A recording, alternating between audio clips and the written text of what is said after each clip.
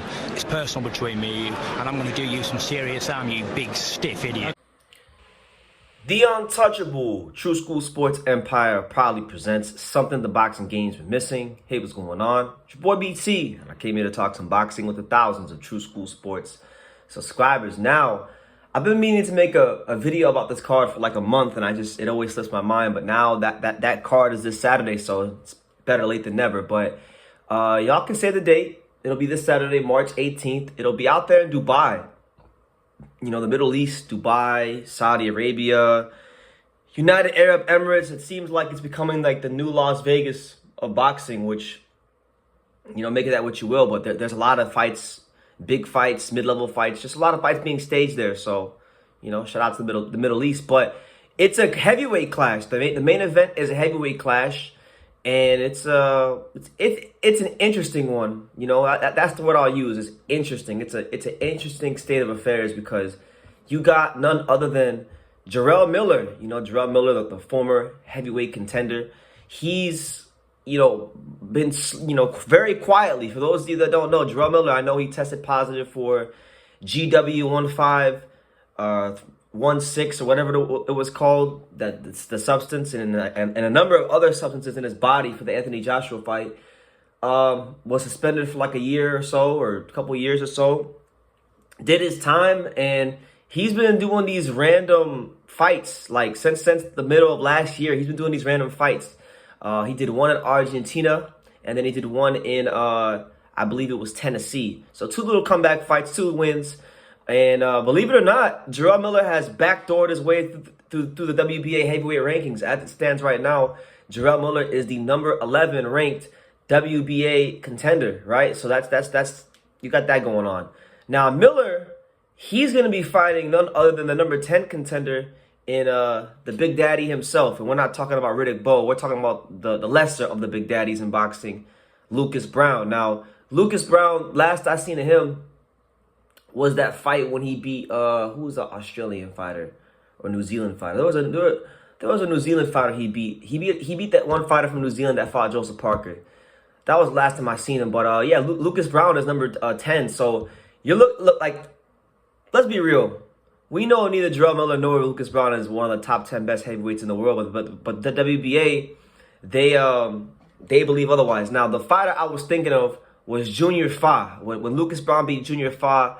And it was a first-round stoppage. Many believe it was rabbit punch. That was the last time I seen him, and he's won one fight since then. So the winner of this fight is looking at becoming a top 10 fighter in the WBA rankings and getting closer and closer to a heavyweight title shot. Now, from the Miller side of things, you know, he definitely did some dirty things early in his career.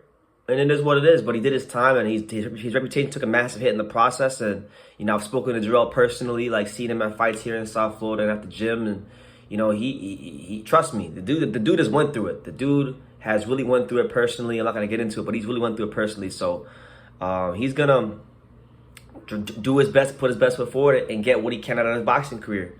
And that's just what it's going to be. I'm going to say this. I still want to see if Anthony Joshua, that was still an interesting build-up and an interesting fight. So if Joshua needs another fight, maybe a stay-busy fight after the Jermaine Franklin fight, should he be victorious against Franklin, I still wouldn't mind seeing the Jarrell Miller fight. You know, maybe they'll finally release the gloves are off that we all wanted to see. But no, Browne versus him, it's 2 guys who are, you know, they're not body beautiful as far as their physique, but they both are known to throw a lot of punches, and it should be a good little scrap. So yeah, winner of this fight will be cemented as a top 10 contender in the WBA rankings at heavyweight, getting close to a title shot. So that's one fight. Now, the real fight, the fight that really kind of raised my eyebrows on this card, is actually a cruiserweight fight, because you're going to have one of my favorite cruiserweights in the world, and a guy that I really think, for the hardcore boxing fans, should have already won the hearts of all hardcore boxing fans with his honesty and his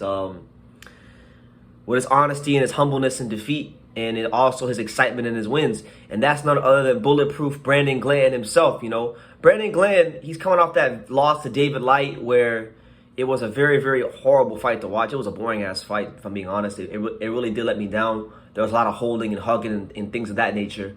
And he lost, despite getting knocked down late in the fight, in a fight where I thought he won. And many people felt he won, he got a loss. So now he's got a blemish on his record.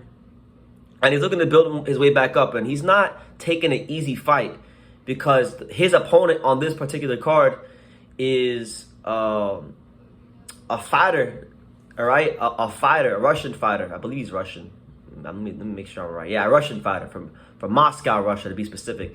He's taking on Soslan Asbarov. He's taking Soslan Asbarov. Now, you may be asking, BT, who on God's green, beautiful earth is Soslan Asbarov? Who is this guy? Why is he significant? And why should we, the boxing public, be weary of what this guy can bring to the table? Now, from my conversation with Brandon Glanton, I gathered up that Soslan Asbarov is one of these, he's got the traditional background and the archetype and the story of a Russian fighter, tough, long amateur career, turns pro in his late 20s, early 30s, looking at fast tracking the pros. That's been the story for many Russian fighters in the history of boxing. And he's no different. You look at the guys he's fought and their records early in his career. He made his pro debut against a 2-2 fighter, won a majority decision in that fight. Then his second fight, he really stepped it up in levels. He fought former top contender in the weight class and knockout artist Dmitry Kudryashov. Remember him? He had that fight with Dorticos in the World Boxing Super Series all those years ago. He fought Kudryashov in his second pro fight and beat him by decision, which I think is a bit worrying because Kudryashov's always been a bit chinny, and almost everybody who's beaten him has knocked him out. So a bit worrisome there because it was an 8-rounder. So he went from a 4-rounder in his first fight to an 8-rounder second fight, and then he fought a 14-3 in a guy by the name of Joel Shogreen, and knocked him out in the first round. So it's been a nice little progression, and now he's stepping up to a world-level contender in his fourth pro fight. In his fourth pro fight, his first 10-round fight in the professional ranks, Soslan Asbarov is stepping up to Brandon Bulletproof Glanton, a guy that's, definitely proven himself in his weight class as a top contender. So I'm looking forward to it because, it's hard to really judge this guy's resume. I mean, I have to go watch more film on him, but, just from the little bit I gathered and who he's beaten, and then I did a Google search on him. Apparently, he was trying to fight Marriaga. He was trying to organize a fight with him and Marriaga. So that's pretty interesting to me because if you're out here trying to fight the Marriaga of the world, then it really shows it really shows what he believes in of himself, So I'm looking forward to it. I don't think this is a soft touch at all for Brandon Glanton. I mean, I don't even gotta watch film on the guy.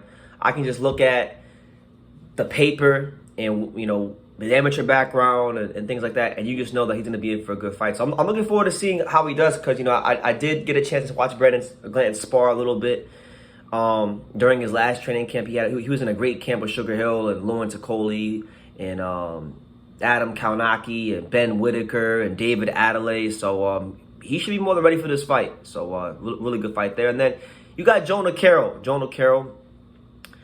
Former world title challenger. He's on a 5-fight win streak. He's on a 5-fight win streak since losing to Maxie Hughes a couple years ago. And right now as it stands, Jono Carroll is the number, I think, 10 or 11. Let me see. I had it right here in front of me. Jono Carroll at this juncture, at this moment in time, at this present moment, is the number 11 IBF contender at 130. So right now he's going the Shavkat, Rachmanov, Joe Cordina route. But Carroll's a good fighter. Carroll's been in camps with the likes of Devin Haney and things like that, and had that great win against Scott Quigg all those years ago, a couple years ago. I think it was like 2020 he beat him. Where he looked like the Irish Lomachenko, as I said in my video. But he's taking out Miguel Marriaga. Now, Marriaga is a good name, but Marriaga has definitely seen better days. Marriaga is 3-3 in his last 6 fights. We know Marriaga hasn't been able to quite cut the mustard at the top level for a long time. He's at this point he's a good gatekeeper because in his 6 losses, only one person has stopped Miguel Marriaga, and that's Vasyl Lomachenko. Everyone else has gone the distance. Valdez distance, Joet Gonzalez distance, Eduardo Ramirez distance, Michael Conlan distance. So Jono Carroll's not a big puncher, but it's a fight where it'd be good to get this on his resume because then it will really make his win streak look a lot better because Marriaga has some name value in the sport. So it should be a good little fight there. Good to see Jono Carroll back in action in the ring with a decent opponent in Marriaga. And yeah, that's the card. That's the card. You know, shout out to my man Zaya Aliev. I ain't spoke to that dude in a long time, but he's the matchmaker for this card. I used to see him in the gyms in South Florida all the time, you know, like 4 or 5 years ago. Apparently, he's the matchmaker for this card, so shout out to him. Should be a good card. I'll watch it, but yeah, you know, Miller versus Browne, Glanton versus Asbarov, and Carroll versus Marriaga. 3 solid fights on a nice, well-matched card. So, yeah, be on the lookout for that. That'll be Saturday. Let me know what you guys think in the comments down below about any one of these fights.